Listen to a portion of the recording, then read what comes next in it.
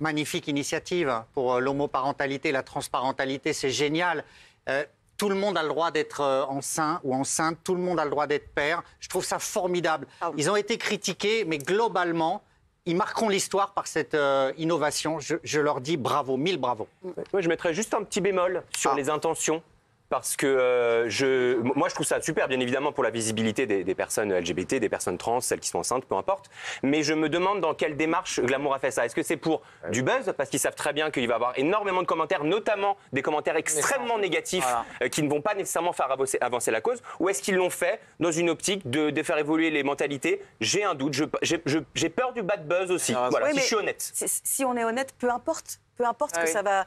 Si ça a un effet négatif, non, parce que c'est le mois des fiertés. Donc ils ont utilisé ce mois des fiertés pour justement poser le débat. Et après tout, on a le droit justement de Alors, faire en sorte juste à regarder les commentaires des gens sur les réseaux. Que les personnes trans ne soient plus invisibilisées. Là, on les met en lumière, en couverture. Après, libre à nous justement de façon dépassionnée d'en débattre, etc. Tu vois, je trouve que c'est non, mais elle est complètement démagogique cette une. C'est pour surfer sur une mode. C'est nier la réalité. Oui, je suis d'accord avec Hugo. C'est pour faire déjà du buzz. C'est pas de la mode, hein. C'est nier la réalité. Un homme ne peut pas tomber enceinte. C'est un magazine de mode. C'est pas parce que mais c'est pas un homme, c'est faux, c'est un effet de mode. Les hommes enceints, il y en a quasiment pas, et je pense que le message est mauvais. Et c'est ce qu'ils font, c'est un choix. Pourquoi les mauvais messages mauvais? Moi, je vous dis la vérité. L'année dernière, j'avais un pote à la maison. Ouais. Il était enceinte. À un moment, autour de la piscine, j'ai cru qu'il allait accoucher. C'était Raymond? C'était Raymond.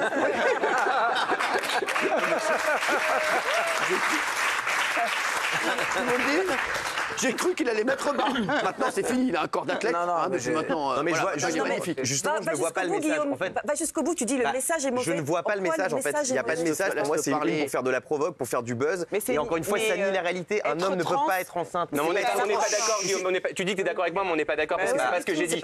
Déjà, premièrement, un homme peut être enceinte puisque c'est officiellement un homme et il est enceinte. Mais non, c'est pas parce que c'est un homme. Je suis d'accord avec toi qu'il y en a très peu. Je suis d'accord avec toi qu'il y en a très peu. C'est un homme. Non, un homme ne peut pas être enceinte. Non, mais là, en l'occurrence, sur sa pièce d'identité, c'est un homme. Oui, parce qu'il a fait la conversion, mais sinon la transition. C'est son choix. Il ne peut pas tomber enceinte. C'est un homme trans, mais c'est un homme. Mais quand un homme qui naît homme. Pas débile. Non, vraiment. Mais lui, c'est un homme trans. Je suis du côté de Guillaume. Un homme, il ne peut pas tomber enceinte. Mais c'est un homme trans. C'est une particularité. S'il a voulu, c'était une femme. Il a voulu être un homme. Bah, qui reste un homme. Pourquoi il veut accoucher maintenant? Pourquoi il veut redevenir femme? Parce qu'il n'a pas le droit d'avoir des enfants. J'en sais rien. Je pose une question. Il a envie de fonder une famille. Mais moi, je te rejoins toi. Je pense que le bad buzz, il va plus arriver en faisant ça que le truc bien. On n'a qu'à voir les commentaires. La démarche de ce monsieur, c'est qu'il a notamment fait un blog, etc., parce qu'il veut raconter son cheminement, raconter les tourments par lesquels il passe, pour que justement ce soit accessible à tout le monde, que ce ne soit plus un fantasme, que chacun ne projette pas des idées, etc., et connaisse la réalité de sa vie. Oui, mais il a bien résumé.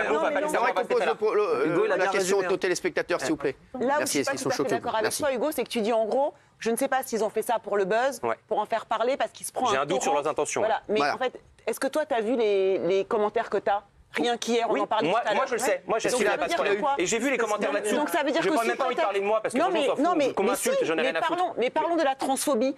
Parlons de l'homophobie aujourd'hui dans la société. Oui, au contraire. Donc sous prétexte qu'il y a des gens qui sont homophobes ou transphobes, on va vous invisibiliser? Non, mais attends, il y a une différence entre invisibiliser et faire une qui pourrait paraître provocatrice à une époque où ça pose problème à un certain nombre de personnes et qui va avoir énormément de commentaires négatifs parce que en fait ce genre de une ça ne va pas, les gens vont pas se dire ah quand même vraiment avec cette une ah j'étais transphobe mais maintenant je vais plus l'être. Malheureusement ça se passe pas comme ça. Il y avait des homosexuels sur les plateaux avant, on les regardait comme des pestiférés, donc tu trouves pas que c'est quand même une bonne évolution aussi que je suis désolée en fait. Ça Géraldine, moi j'ai toujours défendu les trans donc oui. Non mais je sais, mais c'est pour ça que peu importe en fait, c'est pour ça que Valérie a raison, peu importe le bad buzz parce qu'il y aura toujours des gens qui seront je dis pas que je veux pas de trans sur une couverture et d'ailleurs je l'aime bien cette couverture, c'est juste que là c'est un homme enceinte, c'est niche, il y en a eu combien? Il y en a eu quelques dizaines sur la planète. Et juste dernière petite chose après parce que je parle beaucoup, mais souvenez-vous il y a quelques années dans Secret Story, Thomas c'était encore il y a quelques années, et ben la transphobie était, j'ai l'impression, était moins forte qu'aujourd'hui. Et ça m'inquiète, parce qu'à l'époque, il est quand même arrivé deuxième de la saison. Les gens ont voté pour lui, alors que c'était un homme trans qui était enceinte. hermaphrodite, Thomas. Comment? Non, c'est un autre, il était homme enceinte. C'est sûr. Oui. Si, Non, il y en a américain, c'est un américain. Il a raison, est-ce qu'aujourd'hui il arrive deuxième? Thomas qui arrive deuxième. On parle de Josiane. Non, moi je parle pas de lui. Alors non, Josiane, elle est là, laissez-la tranquille. S'il vous plaît, Josiane n'est pas hermaphrodite, arrêtez de dire des conneries, c'est bon, merci. C'est bon. Merci, on va le débat, s'il vous plaît. Ah oui, bah voilà. Est-ce que c'est une bonne chose? Non, à 90%. Merci les téléspectateurs, apparemment ils n'ont pas aimé cette une. Voilà, donc merci d'avoir répondu. Mais merci à vous d'avoir fait le débat. C'est pas pour ça qu'on est homophobe ou transphobe, ça n'a rien à voir. On peut soutenir à fond les... Alors est-ce que ça veut dire qu'on est homophobe? Mais pas du tout, non. Ça veut dire qu'on a un problème avec ça. Laissez parler Guillaume. Géraldine, on peut dire la vérité et de ce qu'on pense. Non, peut-être que les téléspectateurs ont dit c'est une mode. Voilà, ça leur. Voilà. Et on a le droit de dire que cette image est. Non, moi je pense que c'est comme a dit Hugo. C'est Hugo, il aime pas qu'on se serve de ça pour faire du buzz. C'est le mois des fiertés. C'est le moment où jamais.